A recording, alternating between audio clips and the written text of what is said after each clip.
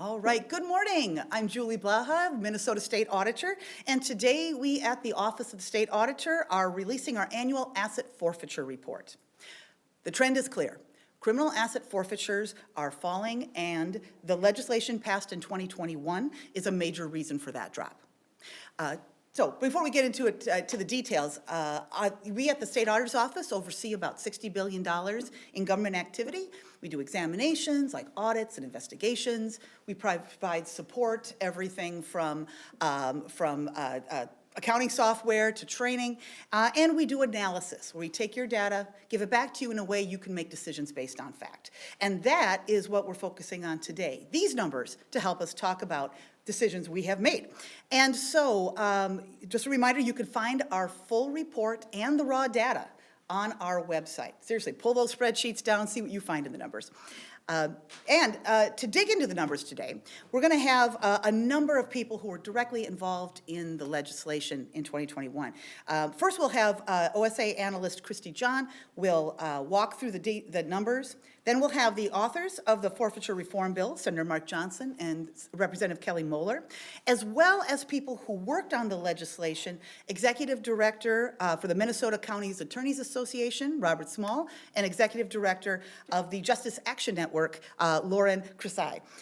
But let's start with the data. And with that, I want to introduce our lead on this report, researcher Christy John. Good morning, everyone. Thank you, Auditor Blaha. Thank you all for coming to the release of the 2023 Asset Forfeitures and Forfeiture Expenditures Report. And before I get into the data, I just want to mention one thing. So the data is reported to the Office of the State Auditor after disposition of seized property. So forfeiture proceedings start when properties are seized in relation to a crime, and once they start the process, the decision is made on how to dispose it, and the data is reported to our office after disposition of the property. So in 2021, Minnesota legislature passed several forfeiture reform measures into law, and it went into effect January 1st of 2022. So starting in 2022, all law enforcement agencies in Minnesota are required to report forfeitures pursued not only under state law, but also under federal law, and also they are required to report forfeiture expenditures, so how they expend forfeiture funds. So now let's look at the data. In 2023, 243 Minnesota law enforcement agencies reported a total of 3,873 completed forfeitures pursued under both state and federal law. So if you compare it to 2022, they reported 5,280 completed forfeitures. And the number of law enforcement agencies that reported forfeitures decreased from 275 to 243 in 2023. So the total number of completed forfeitures reported by law enforcement agencies decreased by 27% between 2022 and 2023. So if you look at this one, it shows the number of completed forfeitures. This is a 5-year trend. So if you look at this figure, the total number of completed forfeitures over the last 5 years decreased 50%. So we had 7,708 completed forfeitures reported in 2019, and it went all the way down to 3,873 in 2023. So that is a 50% decrease.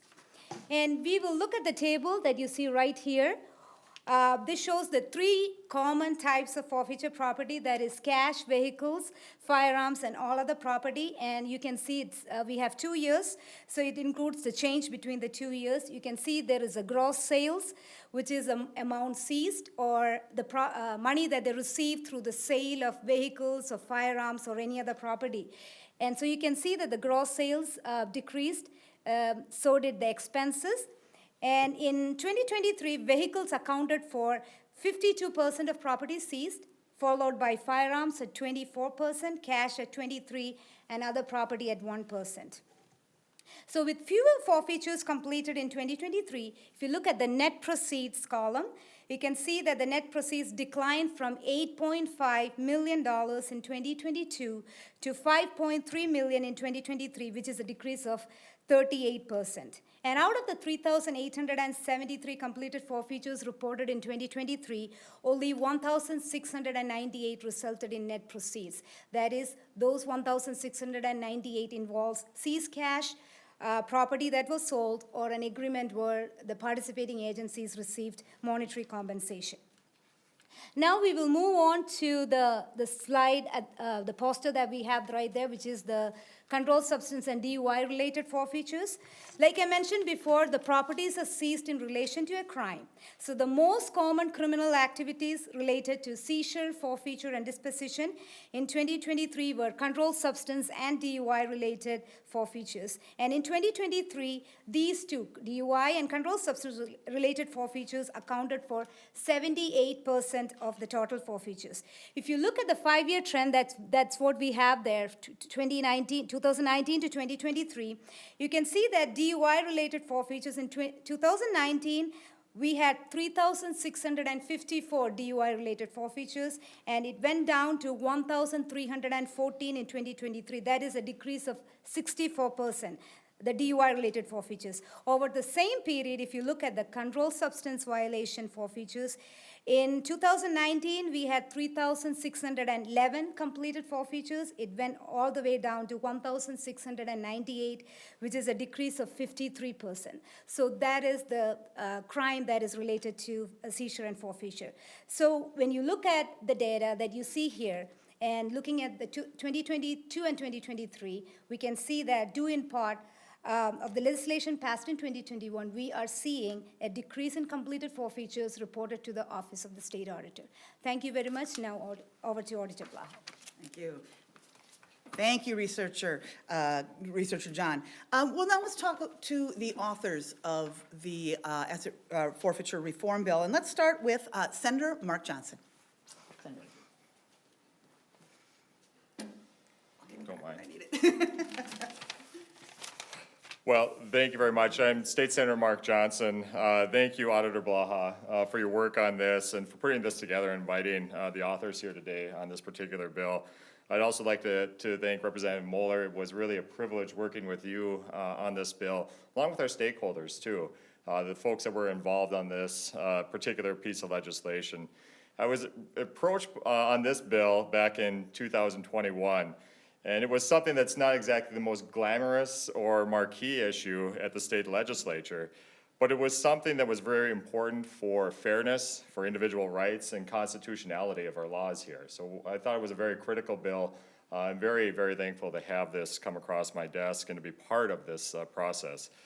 These changes in 2021 are a result of all these folks getting together and building that coalition to push this bill forward, and I think they did a really good job, a model of what our legislative process should be, taking stakeholder input and putting that together and getting a bill that works out. Not everybody was happy, but at the end, I think we have a piece of legislation that's really having an effect on this state, and one of those pieces that you can measure what that effectiveness is. So with that, I'd just like to say, I look forward to seeing further on this piece of legislation as we see those civil asset forfeitures reduce, the fairness be increased, the constitutionality be there, so there's a fairness amongst folks in Minnesota that are impacted by this bill. It's not many folks, but those who are, this is something that's critical to them and their lives, and so I'm just thankful to be part of that. So thank you again for your report today, and we're seeing the effects of that. Thank you, Senator. Let me replace that. You know what? I'm going to leave it out here because I think I'm the last one that needs it. So I'm just going to set it here. So next, I want to make sure we talk to Representative Kelly Meyer. Thank you. I'm Representative Kelly Meyer. I represent District 40A, the northern Ramsey County suburbs. I'm chair of the Public Safety Committee, and I'm a prosecutor in my non-legislative life. I also want to thank Auditor Blaha for this report and the great work on this bill. Along with Senator Johnson, it really truly was a pleasure to work with you on this, and also the stakeholders. I first heard about a variation of this bill back when I was first elected in 2019, and it was a really contentious issue. And the stakeholders that worked on this, from conservative groups to more left-leaning groups, decided to come together with a mediator to work in the off session to come up with a bill that people could agree on. And it really, truly was remarkable work. It's something that we don't see that happen very often. Again, these conservative groups, progressive groups, and then a bipartisan effort at the legislature. And I'm really glad to see that the data is trending in the right direction. As Senator Johnson said, this is a matter of fairness for Minnesotans. And as these forfeitures are being reduced, it really is meaning that people have more fair process than what we had previously. So just want to thank again Auditor Blaha for this report and for calling this conference today. Thank you. Thank you. I will get this back now. All right. Thank you, Representative. Now, what's great is I think we've all learned that when you bring more data into something, look at all the agreement you can get. But to talk more about what that process was like for people that were really on the ground, let's start with Robert Small, who's the Executive Director of the Minnesota County Attorneys Association. This is the right spot for you. There. Well, good morning. My name is Robert Small. I'm the Executive Director of the County Attorneys Association. Thank you very much for inviting us to share with everyone this process. Forfeiture reform has been a subject of debate at the Capitol for many, many, many years. And during the break between the 2020 and 2021 session, it became very clear to the County Attorneys Association that there was a strong legislative interest in reforming that process and improving our forfeiture laws. So we took a leadership role and funded a mediation, a never before tried mediation, with a very experienced senior judge as the mediator who had experience in litigating forfeiture cases. So we picked the right mediator. As was mentioned, there were groups from all aspects that were interested in this issue, and we brought them together. It was, as mentioned, a very large and diverse group, and it was a process that went on for months and months. And the result was a compromise set of proposed legislation that we were able to present to Senator Johnson, Representative Moeller. And we thank them so much for their bipartisan efforts in getting this across the finish line. Now, the goal of the mediation, as was mentioned, was to balance, on the one hand, fairness, and on the other hand, to make sure that this forfeiture tool was available to law enforcement for very serious crimes. And the auditor's report suggests that that goal was met. For example, as it relates to DWI-related forfeitures, the focus of the reform legislation was to focus on repeat offenders and also to encourage the use of the ignition interlock program to avoid forfeiture, to encourage people to sign up for that program. And as the data suggests, on page 13 of the auditor's report, you'll see that those forfeitures declined. Another, as it relates to the reform provisions as it relates to seized cash, you can see at table 2A of the report that our efforts resulted in that goal being met. But I'd also like to take this opportunity to point out that there are other very important parts of this legislation that may not be directly reflected in the auditor's report.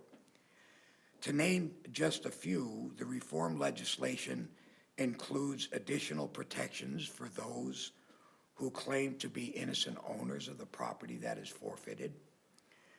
There is a simplification of the process for people to challenge a forfeiture and at no cost.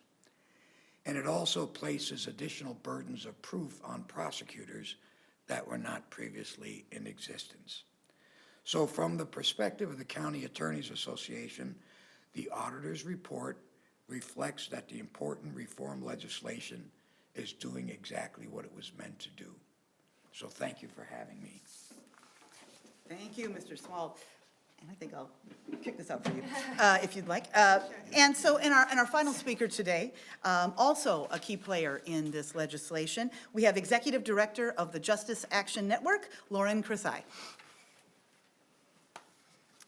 Hi, of course I'm here to say how the law could be improved right after we're talking about the Kumbaya moment, which it truly was. But I wouldn't be a policy person if I couldn't continuously, advocate for a little bit more. So that's where I'm coming from. But good afternoon, everybody. My name is Lauren Crisai, and I'm the Executive Director of the Justice Action Network. We are a national bipartisan organization dedicated to improving criminal justice systems and public safety outcomes in the state and federal levels. We've been working in Minnesota since 2017. And we co-led, along with the Minnesota County Attorneys Association, that diverse group of individuals and associations to develop and agree to compromise legislation, which ultimately was passed in 2021, thanks to these wonderful bipartisan sponsors. And again, bipartisan organization, just love to see the bipartisanship on top of that. That's a cherry on top of the cake. So anyway, today we celebrate Minnesota's commitment to transparency that allows us to continually evaluate the efficacy of the reforms. As the data in this report shows, forfeitures are down by roughly 37% in the last 2 years following the passage of the law, and I'm really happy to see that that law is largely credited for the decline. The 2021 law was not only a product of compromise across a vast and diverse set of partners, but importantly, it allows us to look back and see if there are opportunities to bring about more accountability and transparency to the forfeiture process. However, the data in this report also shines a light on the continued and concerning practice of law enforcement forfeiting Minnesotans' property without a criminal conviction. In practice, the law enforcement may seize and forfeit property and certain amounts of cash without a criminal conviction or even an arrest if the seizure is related to a certain DUI or controlled substance incident, which is, I think, the majority of the forfeitures here, and it's uncontested through the administrative forfeiture process. The carve-outs for these incidents made up 78% of all state-level forfeitures, which was mentioned earlier. And the report issued today indicates that 97% of those forfeiture cases were handled administratively and not through the judicial court process. And 85% of those administrative cases went uncontested. I think some would argue that the cost of hiring a lawyer to contest a seizure is higher than what the property is worth, so that could be a leading thing, but that's speculation on my part. And while the reductions in forfeiture since the law went into effect are very promising, let's bring it back to the positive. It's clear there's still work to do. Again, I wouldn't be a policy group if I wasn't always looking for better reforms. But that is the great thing about the 2021 law, is that the data reporting requirement allows us to continually evaluate how forfeiture is being used in Minnesota and look for opportunities for improvements. And so I'm just grateful to even have the data to look at, and thank the bipartisan sponsors again. So again, just want to thank the bipartisan set of bill sponsors, as well as the County Attorneys Association and the State Auditor Blaha for their work on this reform, the data collection, and for the opportunity to speak today. So thank you so much. Thank you. All right, so I really first want to thank all of our speakers. I want to thank our staff, and I really want to thank everybody who's watching this or digging into the data. That's a great place to start with any issue. And just remember that basically the final thought here is this: the number of criminal asset forfeitures is falling, and the trend is evidence that. Let me just start that all over again. Let me say that one more time. All right, the number of criminal asset forfeitures are falling, and the trend is evidence that the forfeiture reform legislation is having its intended effect.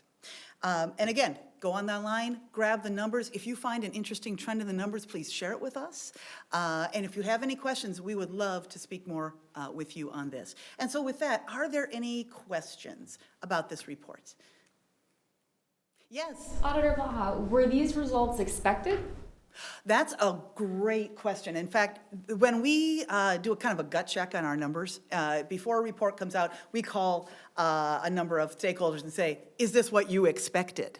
And yeah, I think that we could say that, yeah, there was a lot of expectation here. We saw early indications of this trend in our last report, but you always have to be careful. You have to check it against other drivers, and of course, there's always other variables. But I think that people had this expectation, and after seeing initial early results from last year. I don't know, Christy, do you want to speak to that any further? Like Auditor mentioned, we did get a chance to talk to some agencies that reported more than 100 forfeitures to our office, and this is a question that we asked them, are you surprised, or this is what you expected? This is what they expected, and they are even seeing that in 2024, even though this is the 2023 data, that's what they are seeing, even in 2024, yeah. Yeah, early results suggest this trend will continue. Suggests. Okay, we'll wait till we get the numbers, though. Further questions? Well, again, thank you so much. Please dig into the numbers. Have a great day.